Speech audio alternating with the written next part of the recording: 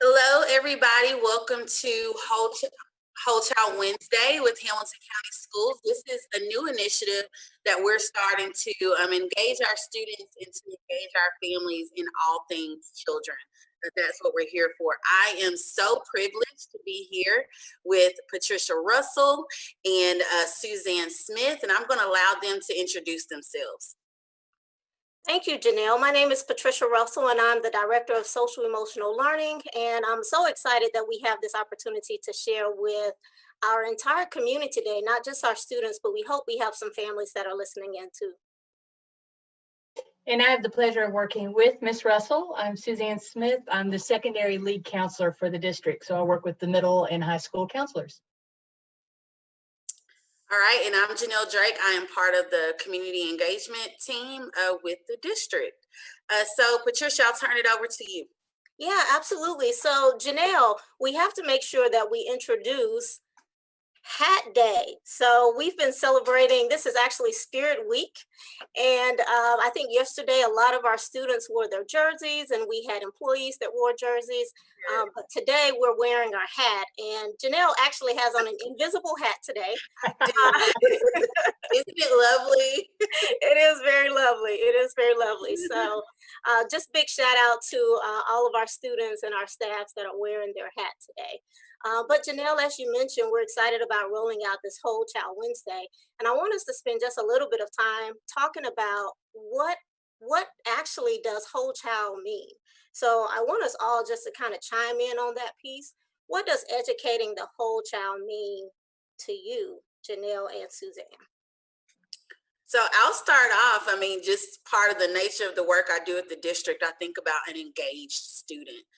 So making sure that the content that they're being given and that the relationships that they have are keeping them engaged. Excellent. Right. And as a continued counselor, but also a formal high school counselor, one thing I like to keep in mind is all parts of the children that we work with. So it's not just the intellectual, social, physical stuff that we're used to seeing or used to talking to students about, but also that emotional side, artistic, even spiritual side. So by engaging the whole child, I think students feel safe and nurtured, and then therefore they can take off and the world opens up and they can be all they can be. Yeah, you're absolutely right, Suzanne. When I think about educating the whole child, often we say when our kids go to school, we don't just want to make sure that they are acing their math and their reading and science and social studies. We want to make sure that we're supporting every piece of who they are. We want them to reach their full potential, and that does include educating the logics, the math, the science, social studies, but it also includes educating them emotionally and socially. So emotional intelligence is a part of that right side of the brain that we have to make sure that we engage students. The creativity side of the brain, just making sure that our students are flexible and they're able to navigate social relationships, as well as they're able to show some type of self-regulation. So all of those are critical, and all of those are wrapped up into educating the whole child. So those are some of the things that we'll have an opportunity to address today. Well, actually, we want to address all of them today, but we will talk about ways that our students can calm their thoughts, their words, and their actions. So that's going to be our focus for today. And we have several videos that's been created by counselors and social workers. In the future, we have some of our community members that are partnering with us. And we just want to share this information with our community and encourage people to engage and ask questions. Yeah, and speaking of asking questions, do want to remind everybody that's watching, we are going to be monitoring the comments, and we're live streaming across Facebook, Twitter, YouTube. So we are monitoring the comments. So if you have questions, please drop them down below. And if you are part of Hamilton County Schools community or beyond, share this video. I think that the information that we're sharing here is going to be beneficial for lots of people. Excellent. Excellent. So the videos that we have today, we have a nice combination of yoga. So we have Katie Honeycutt that has a yoga video that she shared with us, and we will be sharing it with you all. We also have Donovan Davis that's going to be playing the guitar for us and talking a little bit about courage. And we have Jessica Schreiner that's going to talk a little bit about resiliency and strength. And then Amy Cobalt has a story that she's going to read to us that talks about choosing to be happy. So our feelings are our choice. So we'll go through some of these portions. And once again, we do encourage you to ask questions. And I'm going to ask Janelle if she will talk a little bit about our very first video that we'll share with you all. All right, so our very first video is coming from Miss Honeycutt.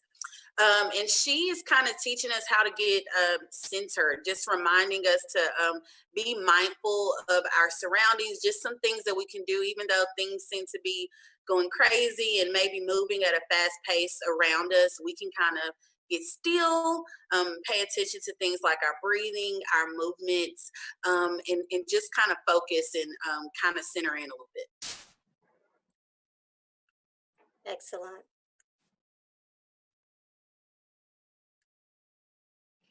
Do we have some audio there we can play?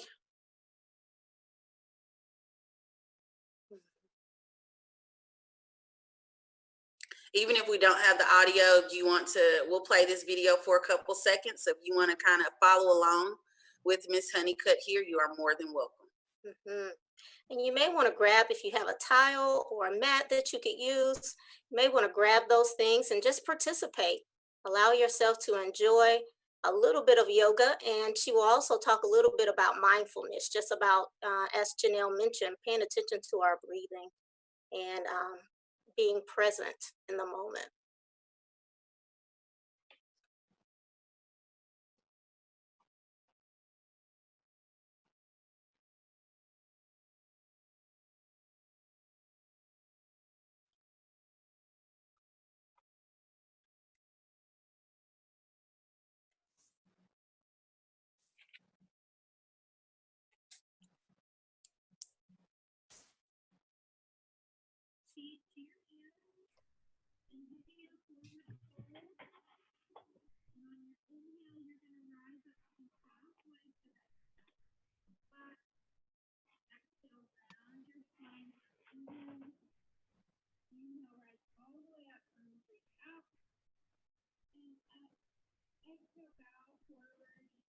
So as you can see, these are simple movements. It's not anything too advanced.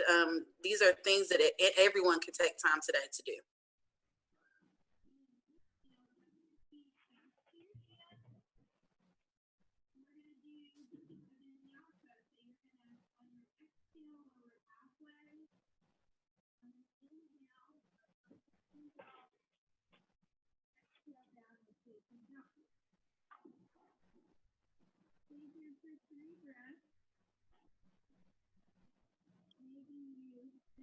We also have links to these videos. If you go to www.hcde.org /Whole Child Wednesday, we do have links to all of the videos that we're going to be showing you guys today.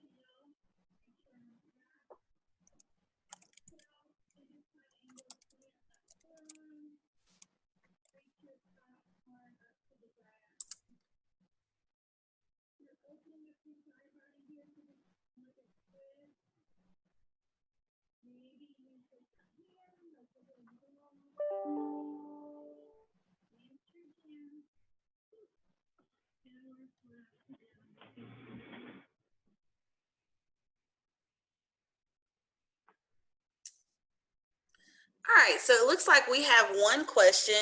We have Faith Sims, and she asks, how long is it good? How long of a breath is good enough to take for you to feel kind of like that calmness that we're seeking for, or maybe in between moves?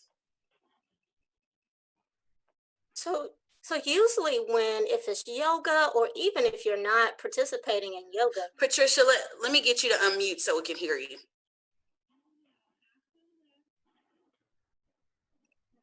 So can you hear me?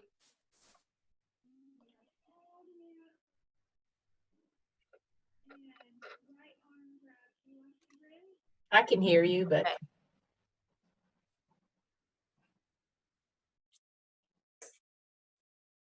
Taking deep breaths in between. Can everyone hear me? Okay. So while taking deep breaths, it doesn't have to be during yoga. You can take deep breaths at your seat. You can take deep breaths if you're pausing outside, or if you're at work. Usually taking a deep breath in for about 3 seconds and holding it for 3 seconds, and then exhaling for 3 seconds is a nice amount of time to take a break or take a breath. Very good.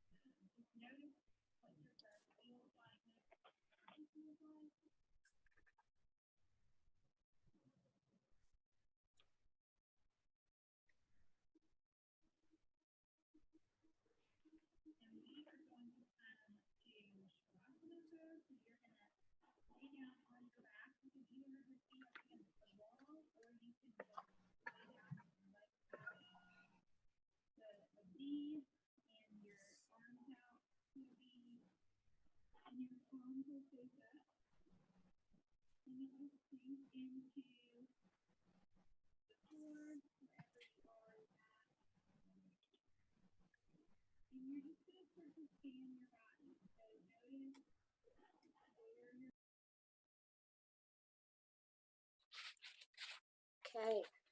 So I think we're going to move to our next video. There are a couple of moves there that everyone can practice at home. And even when it comes to deep breathing, once again, it's really important to be mindful that you are breathing. I know sometimes we move so quickly throughout the day that we forget to just be present and take a deep breath.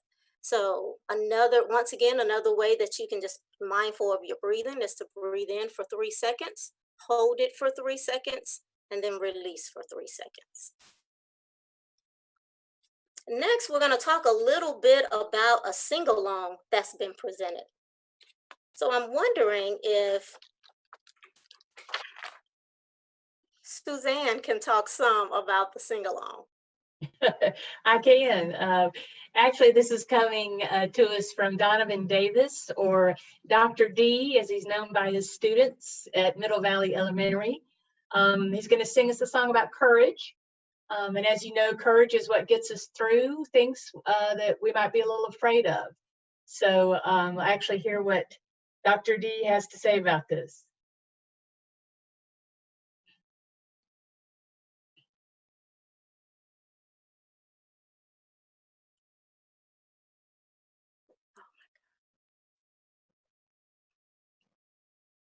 I hope we get audio working because you don't want to hear me singing.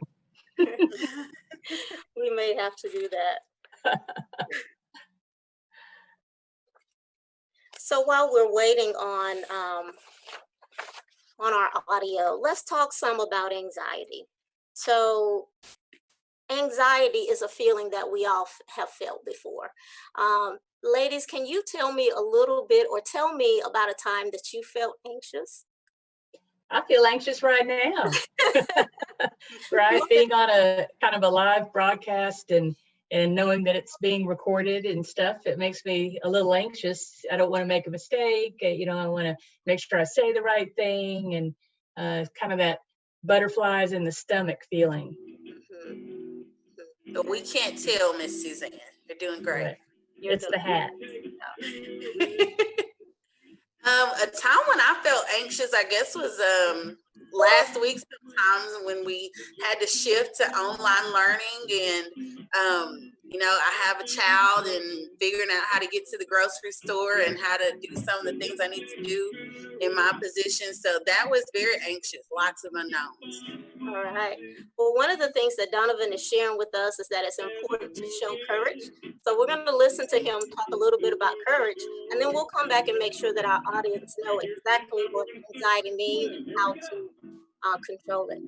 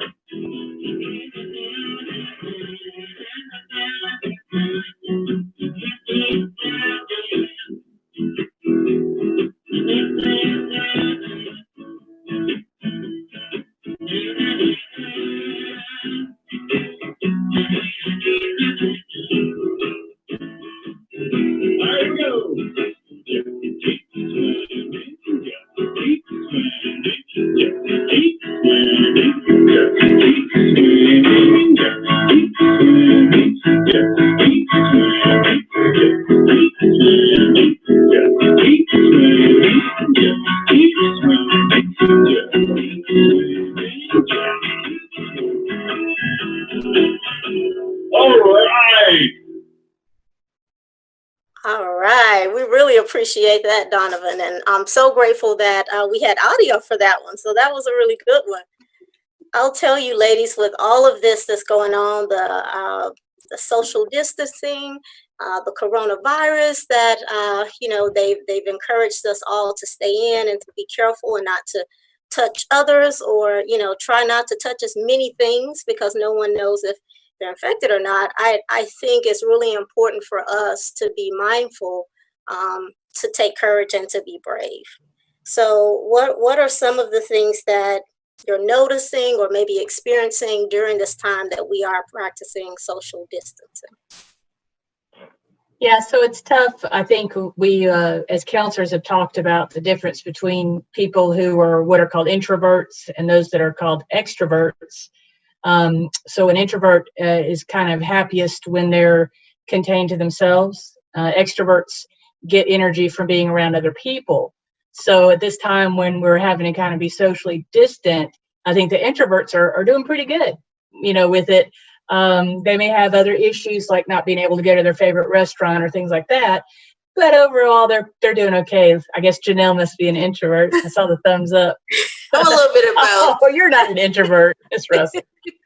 But for extroverts, those of us who get energy from other people, it can be a little lonely. We miss that interaction and stuff. So it can be an extra toughness to what is already an extraordinary circumstance. Yeah. And then what is this doing with our kids? Janelle, I know you have a beautiful daughter. How is this affecting your daughter? And what does this mean for our kids? Yeah, so I'm kind of like the introvert and she's the extrovert. Okay. She's like, I don't get to see my friends and all that stuff. So, you see our teachers taking the necessary steps to make sure that they kind of stay engaged. So she had a Zoom call with some of her friends in her class. And then, this is affecting the teachers too. They're used to being in the classroom and being with their students. And so one of our schools, Hillcrest Elementary, they went on a parade around the neighborhoods of their students just to kind of maintain some of that contact. So it's affecting us in so many different ways. Yes. Yes, that's so awesome. I know our teachers are doing amazing work when it comes to making sure that we're still supporting our kids. There's several Zoom lessons that are happening. And like you said, we have educators that are going out into the community, and we have our leaders and teachers that are going out and serving lunches and breakfasts. So there's so many great things coming out of this challenging circumstance. But I know we are limited on our time, so we want to make sure that we move forward. We do have a lesson that Suzanne will tell us about quickly before we move to starting to close our show. Sure. So next up we have Ms. Schreiner. She's going to talk about showing strength. So it's not the kind of strength that oftentimes we think of when we think of strength. I've got my weight here. So not necessarily physical strength, but what we talk about is strength on the inside. So the kind of strength that's going to get us through tough times. So when we think that sometimes we think we're not as strong as we could be. But as we go through those tough times, we find that it actually does make us even stronger. So another word for this is resiliency. Part of life is having joyful times and being happy, but also part of life is going through the tough things like falling down and hurting our knee, or maybe our puppy running away. So we show resiliency when we're able to make it through those hard times. And on the other side, feel stronger. So let's see what Ms. Schreiner has to say about courage and resiliency. Jessica Schreiner, and I get to be a school social worker in our school district. So it is really a huge privilege for me to get to come to you today and talk about one of my very favorite things. We call it strength, but another fancy word for it, if you want bonus points for your English teacher, is resilience. So a lot of times we think about being strong is all about having big muscles and lifting heavy weights and running really fast. And all of that are absolutely part of our strength. And that physical strength is definitely important, but there's strength in all kinds of other areas of our life too. So emotional strength, emotional intelligence, if you've ever heard that phrase, that's kind of about your ability to understand and read other people and respond to the environment.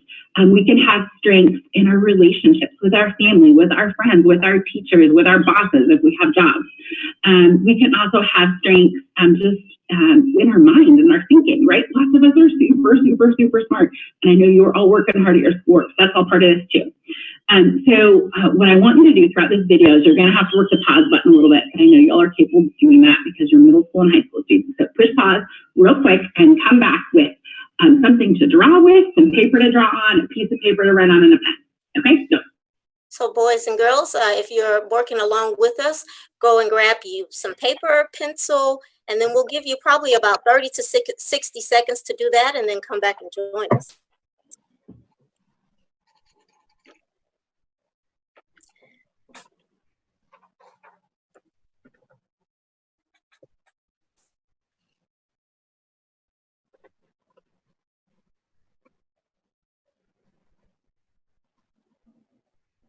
All right, about 30 more seconds. Grab your paper, pencil, pen, any writing tool. And join us back here to talk a little bit about strengths and resiliency.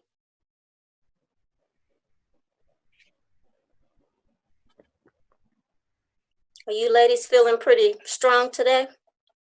I am. Good. For the most part. Okay, we're all resilient. We're all very resilient. Right. That means that things happen and we do our best to bounce back. That's So right. challenges are gonna come in life, but it's really important for us to bounce back and overcome. Absolutely. All right, 5 seconds. 5, 4, 3, 2, 1. All right, I hope our students are All back. right, you're back. Okay, so now what I want you to do is you can choose. You can draw a picture, you can write a story. Heck, if you want to get creative, you can write a screenplay, a monologue, musical theater, whatever kind of creative means you want to write a story about a time in the past that you went through something really hard and then came through on the other side of it. So it could be any number of things. It could be like the time that a pet died, or you had a big move, or a change in your family, or somebody got sick. It could maybe be going through a tough time with a friendship or with a dating partner. It can be all kinds of things. So think about that for a minute. And now what I want you to do is to either write about it, draw about it, do something to kind of get your brain thinking about what that is. Okay, so pause and do that and come right back. All right, you back now? Okay. Now what I want you to do is thinking about how you got to the other side of that hard time. I want you to think about what helped you through the hard time. Maybe it is that you talked to a friend or talked to an adult you trusted about the problem or about how you were feeling. Maybe you dealt with it physically, exercising, running, walking, swimming, all of the ways, right? Maybe you snuggled a favorite pet. Maybe you punched a pillow, threw rocks in a pond. Some of us like to journal, play music, dance it out, like whatever. It can literally be anything. It can be creating something, cooking, music, baking, all sorts of things. It can literally be just getting good rest. Sometimes one of the most important things we need to do is just feed ourselves and get some rest, and everything feels different, and we're able to handle all the hard stuff that much better. So when you think about what those things are, I just gave you a massive list, and make a quick list for you about what your strengths are, the ways that you showed resiliency going through that hard thing. Okay, ready? Pause, go.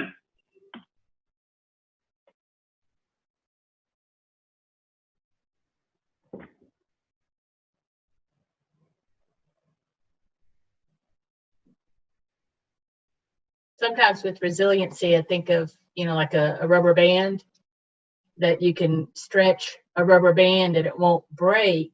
It's resilient. It can go back to where it was before. So sometimes when I think about resiliency, I think about a rubber band. I think you're muted, Miss Russell. Thank you for sharing that, Suzanne. That was a really good example that you shared. All right, I think we're ready. All right, you back now? Great.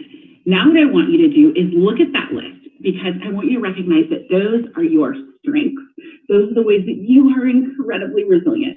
And what we're going through right now with everybody schooling at home and parents being a little bit crazy and teachers doing their best, but quite honestly, everything being weird right now, is you are growing in your own resiliency. And sometimes that means stretching new muscles, right? And if you've ever been an athlete, like the very first time you go on a super long run, those muscles hurt because they're sore. So sometimes as we use our new strengths and we stretch in those resilience muscles, things feel a little awkward. They might be a little sore. They might take a little while to work out to figure out the best ways that we can get ourselves through that. That's true now, but also the next time you face a hard thing. So I want you to kind of think about these lists as your strengths as your special gifts. They're the things that are going to get you through this, but also the next hard thing you're facing. And if you want bonus points, the other things you can do is often think about some of that massive list I created earlier. What are some new strengths, some new resilience tools that you want to try out right now, or the next time you face something hard, just to see how they fit? Because a lot of times we don't know till we try. So this is your chance. Do it. Now, what I would love for you to do, my high school, middle school friends, after this video is, if you want to, drop a screenshot, a video clip, if you have making a monologue or you created some art, if you want to tell us about how you went through the hard things, what things were like on the other side, tell us. But more importantly, share your list of strengths, your resiliency tools with somebody who cares about you, with your homeroom teacher, with your principals and administrators, with your school counselors and social workers, with people in your life, with your friends. We're all learning and growing through this together, and sharing with each other is just one more way that we can help each other through this. All right, thanks guys, stay safe, and we'll see you all back at school hopefully really soon. That was excellent. Jessica Schreiner shared some really good strategies for being resilient. And I know our families are currently working through a lot of those strategies now, and our students are. So I'm hoping that we can get some of our students or parents to call in with comments or questions. I'm wondering some of their superpowers. What are they doing to show their resiliency and their strengths during this time? I know we mentioned earlier that it's hard. It's really hard for some people to just stay inside. How are you managing that? It can be really scary when you watch the news way too much and you're learning all of this information. How are you managing that? So I'm wondering about some of the things that our students are doing and our families are doing to show resiliency. As Jessica mentioned, possibly, talking with someone. That's something that I do to help me with some of my anxiety and to help me through the loneliness if I'm, feel like I need to be around a lot of people. And then sometimes exercising. That's always a great outlet for me to use just to kind of help me through a lot of hard times because it helps with the anxiety. So any feedback around that? Go ahead. Yeah, one thing I really liked that Jessica said, in addition to talking about just being resilient and courageous, she also talked about just kind of looking inward. What are some of the skills that you have? What are some of, your strengths? And I really like that because sometimes in situations like this where there are lots of unknowns and we're in uncharted territory, you can start to feel like, I don't know if I have what it takes. But when you kind of go and look inward and reflect back, you kind of remind yourself, I'm built for this. I think I can do this. Yep. That's good. That's really good feedback, Janelle. Yep.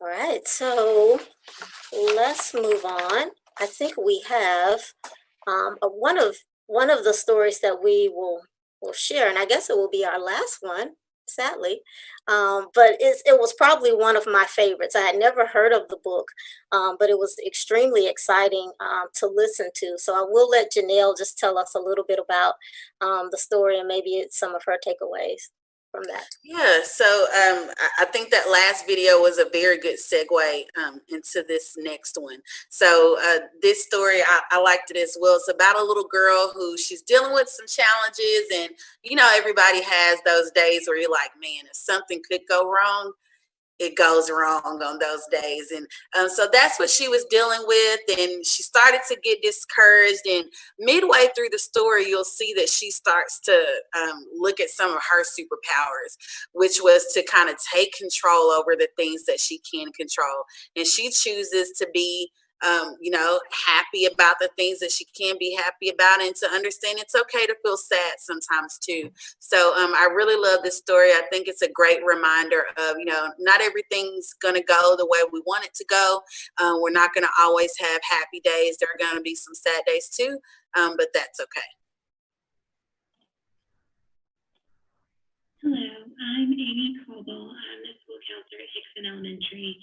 And I wanted to share with you all this morning a story that I found a few weeks ago before all of these changes started happening in our world.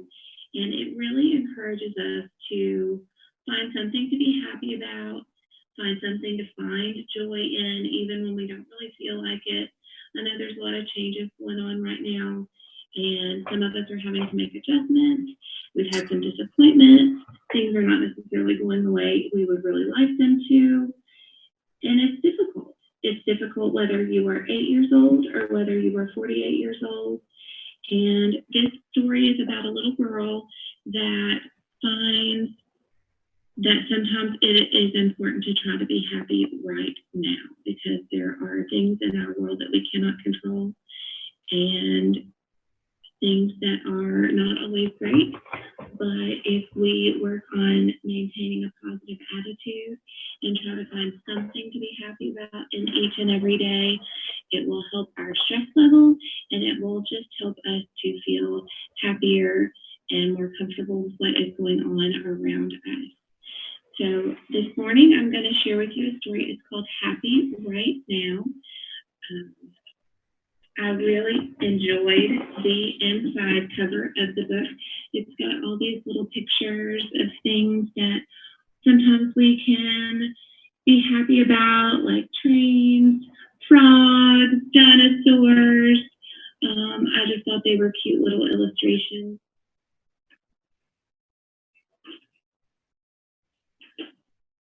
It says, I'll be happy when I get a puppy, a unicorn, an ice cream sundae, and a castle with a friendly dragon. Or I can be happy right now. I'll be happy when the clock clicks the last second of the school day on the last Friday before vacation. Me too. Or I can be happy right now. I'll be happy when everyone adores me for being brilliant, brave, beautiful, popular, and amazing. Or I can like me right now and be happy just as I am.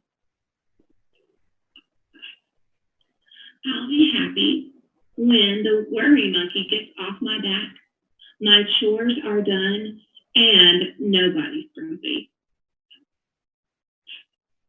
Or I can feed the worry monkey a banana and party with him on a jungle gym. We'll both be happy right now. Why not?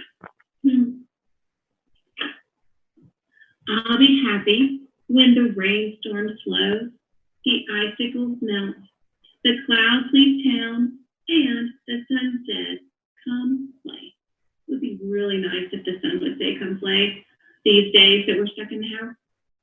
Or I can be happy any day, in mittens, in boots, or in soaking wet puddles. Wetter is better anyway.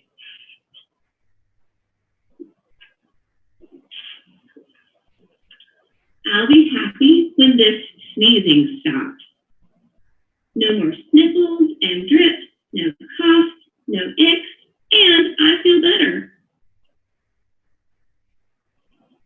Or I can be cozy right now and snuggle down for a sleepy snooze. And if it's up to me to choose, why lose time being gray, being blue?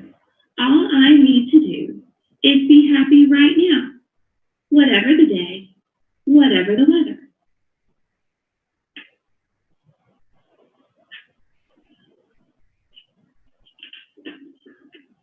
But what about when happy right now is a no can do? When the troubles and sadness are much too much and feeling my feelings is all I can do, like a long goodbye or a puffy-eyed cry or slow sorrows with no good answer why. Well, that's okay too.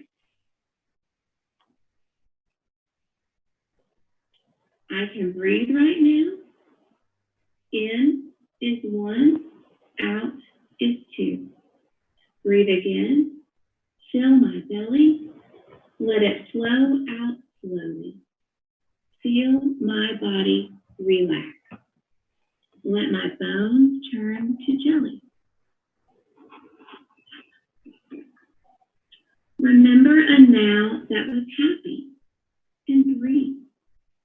Borrow an old smile from a brighter day. Breathe.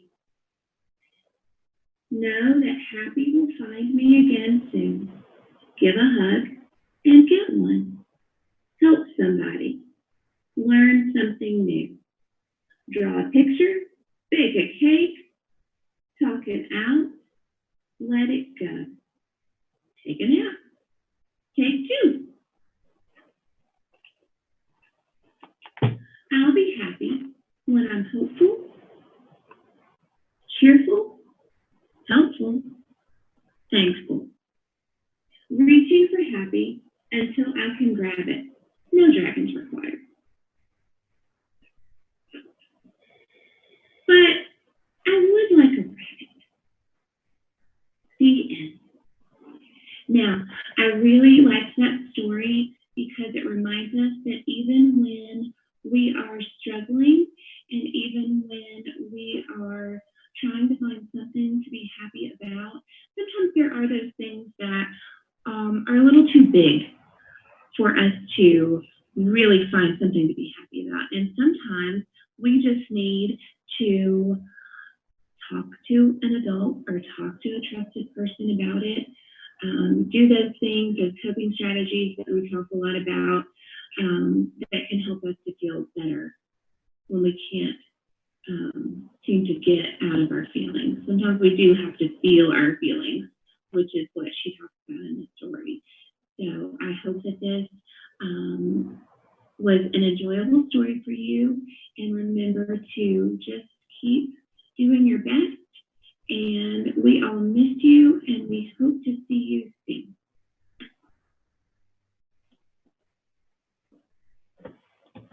That's great. It amazes me. It doesn't matter how old you are. It's still having a story read to you like that. It just puts you in such a calm state. Yes, yes, I agree. And then even just the words of that story, just so realistic right now. We go throughout our days, and once again, as Janelle mentioned, things are going to happen, but we choose the way we respond to it. So we can choose to fully feel, which is normal, to feel frustrated or upset or sad. But then also there's a flip side to that. So there's also a side where we can say we're grateful for what we do have, or she mentioned at the end of the story, she said, I could just lay in my bed and just be cozy instead of worrying about being sick. I can just be cozy. I do have a cozy bed to lay in. So I love that story. It's just a good reminder just to be grateful of the things that we have. What's your take on that, Janelle?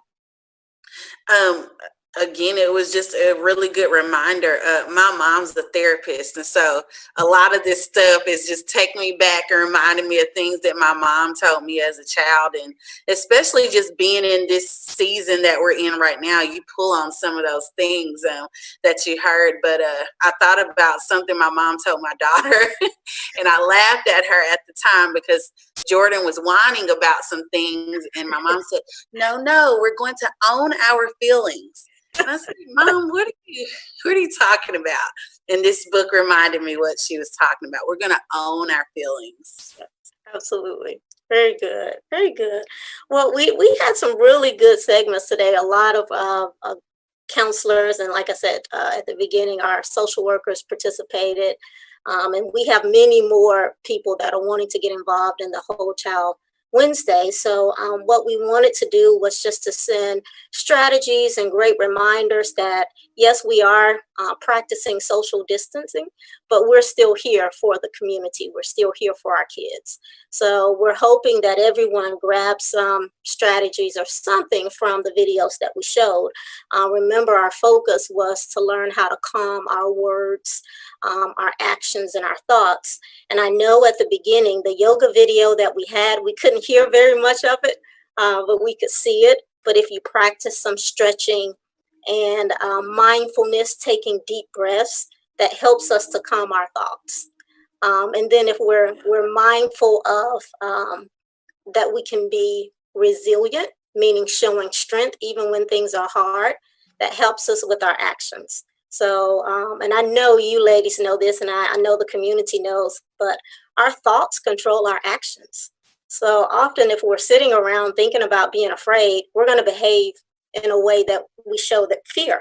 So we have to be careful of our thoughts. Yeah. But then we also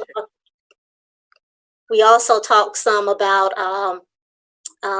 we did talk about our actions. We talked about our words and our thoughts. So we're just wanting everyone just to be mindful of the things that you're thinking, and throughout this time to be resilient. And when things become too hard, try some of the strategies that we discuss.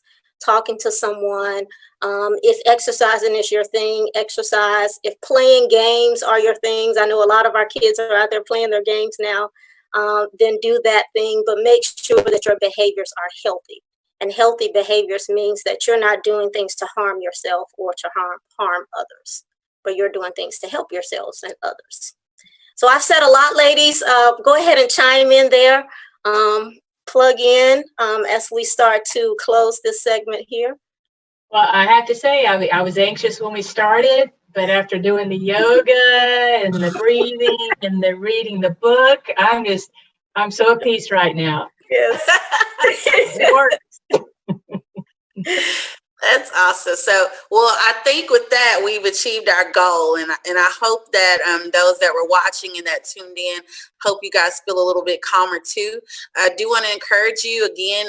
I set the website wrong earlier. So it's www.hcde.org/WCW. We'll post that in the comments.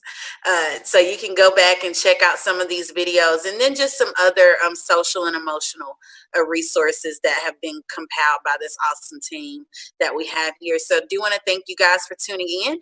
We will be doing this again next week on Wednesday. So please share the video with others that may not have had a chance to see it, and join us back next week. And Janelle, before we close out, I must say a huge thank you to our communications team and our family engagement team. Thank you guys so much. As a team, we are greater. So I really do appreciate everyone collaborating on this effort and just being willing to get educational resources out to our community. All right, better together. Yes. All right, thanks everyone.